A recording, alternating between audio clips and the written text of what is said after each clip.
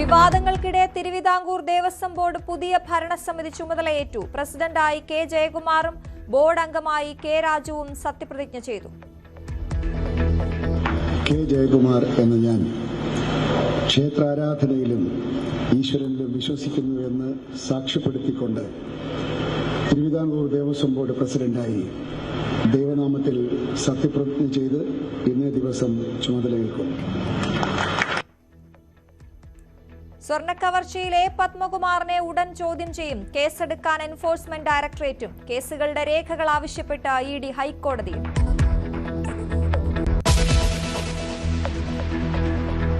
ബീഹാറിൽ വോട്ട് കൊള്ളയെന്ന് ആവർത്തിച്ച് കോൺഗ്രസ്. കനത്ത തോൽവി വിലയിരുത്തി മല്ലികാർജുൻ ഖർഗെയുടെ വസതിയിൽ യോഗം. ആർക്കും വിശ്വസിക്കാവുന്ന റിസൾട്ട് അല്ല ബീഹാറിൽ വന്നിരിക്കുന്നത്.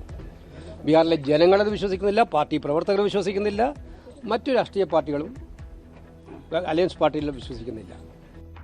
സർക്കാർ രൂപീകരണ ചർച്ചകളിലേക്ക് കടക്കാൻ NDA. നിതീഷ് കുമാർ തന്നെ മുഖ്യമന്ത്രിയെന്ന് JDU. BJPക്ക് 2 ഉപമുഖ്യമന്ത്രിമാർ ഉണ്ടായേക്കും.